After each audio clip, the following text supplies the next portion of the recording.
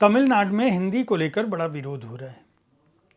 वहाँ के मुख्यमंत्री का कहना है कि हिंदी उन पर थोपी जा रही है, जबकि नई शिक्षा नीति ऐसा नहीं करती है। नई शिक्षा नीति भारतीय भाषाओं, उसमें भी मातृभाषा में शिक्षा को प्राथमिक स्तर पर बढ़ावा देने की बात करती है। साथ ही साथ यह कहती है कि हमें भारतीय भाषाओं को एक दूसरे को सीखने का प्रयास करना चाहिए, यानी त्रिभाषा फार्मूला होना चाहिए। अब भारत का संविधान इस बारे में क्या कहता है? वह अपनी भाषा को लेकर समर्पित है, उसके अंदर इस बात का उल्लेख है या नहीं है, या यह 2014 के बाद या 2019 के बाद उठाई गई बात है। मैं इस पर स्पष्ट रूप से जो विचार हैं और भारत का संविधान क्या है, क्या कहता है, इसे अभी बताऊंगा। नमस्कार, आप देख रहे हैं साहित्य तक के बुक कैफे का एक दिन एक किताब कार्यक्रम, और मैं जिस पुस्तक के साथ उपस्थित हूँ उसका नाम है भारत का संविधान विद्यार्थियों हेतु। किशोर मकवाड़ा ने इस पुस्तक को लिखा है, जिसकी भूमिका अर्जुन राम मेघवाल ने लिखी है। केंद्रीय कानून मंत्री के तौर पर उन्होंने लिखा है। दरअसल भारत का संविधान 26 नवंबर 1949 को संपूर्ण हुआ था, और 26 नवंबर को इसीलिए संविधान दिवस मनाते हैं। 26 जनवरी को इसे 1950 को आत्मार्पित किया गया था, यानी स्वीकार किया गया था, इसलिए देश गणतंत्र दिवस मनाता है। लेकिन भारत के संविधान से जुड़े हुए मूल्यों, आदर्शों, प्रावधानों, अनुच्छेदों के बारे में हमारे लोगों को जानकारी नहीं। यहाँ तक कि जो छात्र राजनीति विज्ञान या नागरिक शास्त्र पढ़ते हैं उन्हें तो कुछ जानकारी होती है, लेकिन बड़ी कक्षाओं में जाने के बाद या जीवन के दूसरे चरण में आने के बाद, नौकरी के दौरान, किसी सेवा के दौरान या व्यापार के दौरान हम भारतीय संविधान का वह स्वरूप नहीं जान पाते जो स्वरूप उसके अंदर निर्धारित है। संविधान की बहुत सारी महत्वपूर्ण बातों, उसके अनुच्छेदों और उसमें किस तरह से समानता, बंधुत्व की बात है, उसका क्या महत्व है, यह पुस्तक दरअसल किशोर मकवाड़ा की पुस्तक उसके बारे में बहुत विस्तार से बताने की कोशिश करती है। संविधान सभा के जो तर्क हैं उनके बारे में भी यह पुस्तक बताती है कि दरअसल जब इस संविधान को संविधान सभा ने, संविधान समिति ने 26 नवंबर को संविधान को संपूर्ण करके सौंपा था समिति को, तो उसके समापन भाषण में डॉक्टर राजेंद्र प्रसाद ने कहा था कि मैं इस कुर्सी पर बैठकर संविधान समिति के कार्य का हर दिन निरीक्षण करता आया हूं, और संविधान समिति के प्रारूप समिति के सदस्यों ने कितने उत्साह और हिम्मत और निष्ठा के साथ इस काम को किया, यह मुझसे अधिक किसी ने नहीं देखा होगा।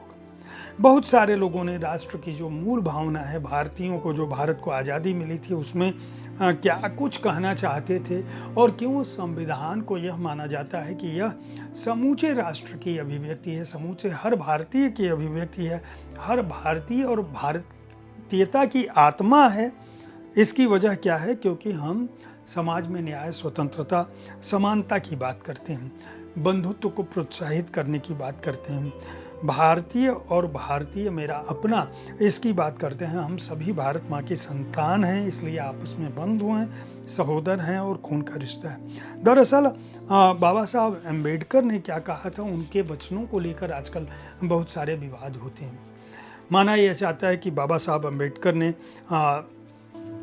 की अगुवाई में जो संविधान बना था उसको बदलने की बात हो रही है, लेकिन अगर बाबा साहब की बात करें तो उन्होंने जो सतर्कताएं बताई थी वो क्या थी? हम में से कितने लोग उस सतर्कता पर ध्यान देते हैं? उन्होंने 4 बड़े बिंदु बताए थे। 4 बड़े बिंदु में था कि अपने सामाजिक और आर्थिक उद्देश्यों की पूर्ति के लिए हमें संविधान का मार्ग ही अपनाना चाहिए। दूसरा, उन्होंने कहा था रक्त रंजित मार्ग से दूर रहना चाहिए। तीसरा, उन्होंने कहा था कि कानून भंग असहयोग, सत्याग्रह जैसे मार्गों से भी दूर रहना चाहिए। चौथा कहा था यह मार्ग कुछ नहीं बल्कि अराजकता का व्याकरण है। क्या आप इस बात से सहमत हैं? क्या आज के समय में इस बात को स्वीकारा जा सकता है कि सत्याग्रह, कानून भंग, असहयोग भी रक्त रंजित मार्ग की तरह से वर्जित होना चाहिए स्वतंत्र भारत में?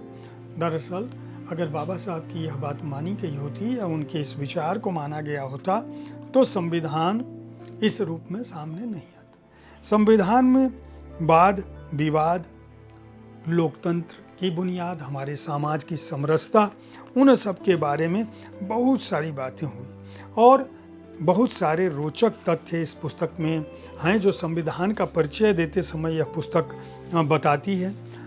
इस पुस्तक में कुल जो अध्याय हैं उसकी शुरुआत ही संविधान के परिचय से होती है और उस परिचय में बहुत सारे रोचक तथ्य आते हैं।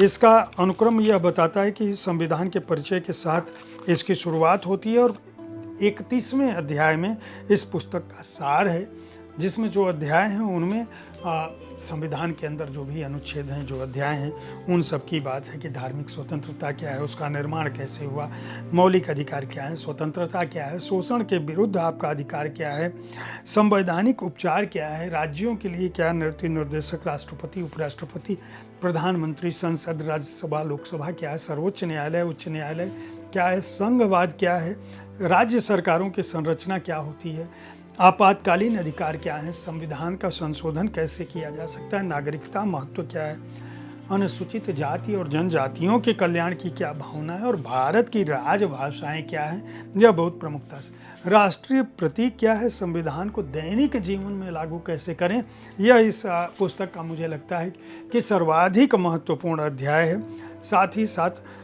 बहुत महत्वपूर्ण बातें, यानी कि संविधान से जुड़ी हुई जो महत्वपूर्ण बातें हैं वह भी इसमें हैं।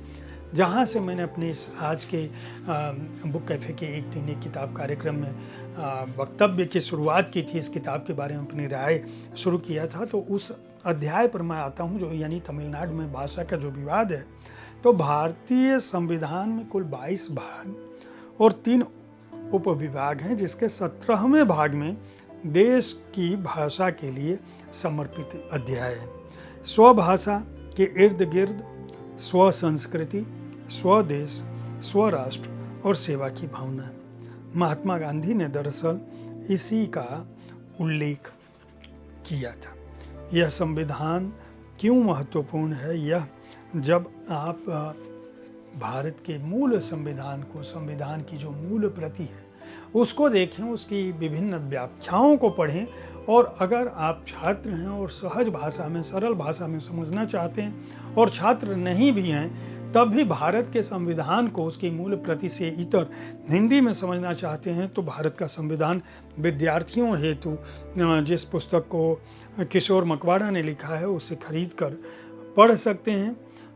देश के हर बच्चे को, हर नागरिक को भारत का संविधान अवश्य पढ़ना चाहिए, चाहे भारत के प्रधानमंत्री हों, चाहे भारत के नेता प्रतिपक्ष हों, सभी इस बात की बात कहते हैं कि संविधान जो है हमारा मौलिक ग्रंथ होना चाहिए। प्रधानमंत्री नरेंद्र मोदी का भी वक्तव्य है कि हमने संविधान दिवस इसलिए शुरू किया कि लोग भारत के संविधान को लेकर जागरूक हो सकें। प्रभात प्रकाशन ने इस पुस्तक को प्रकाशित किया है। इसका मूल्य 300 रुपये है। पृष्ठ संख्या है 168। उम्मीद है विविध विधाओं की पुस्तकों पर आधारित मेरा यह कार्यक्रम आपको पसंद आ रहा होगा। इस कार्यक्रम में मैं इसलिए अलग अलग पुस्तकों के साथ मुखातिब होता हूं कि आप अपनी पसंद की पुस्तक, जिस विधा की पुस्तकें पढ़ना चाहते हैं, आप उन्हें पढ़ सकें, खरीद सकें, उनकी जानकारी प्राप्त कर सकें। कल ठीक इसी समय ऐसी ही किसी एक कृति के साथ फिर मिलूंगा। देखते रहिए साहित्य तक। धन्यवाद।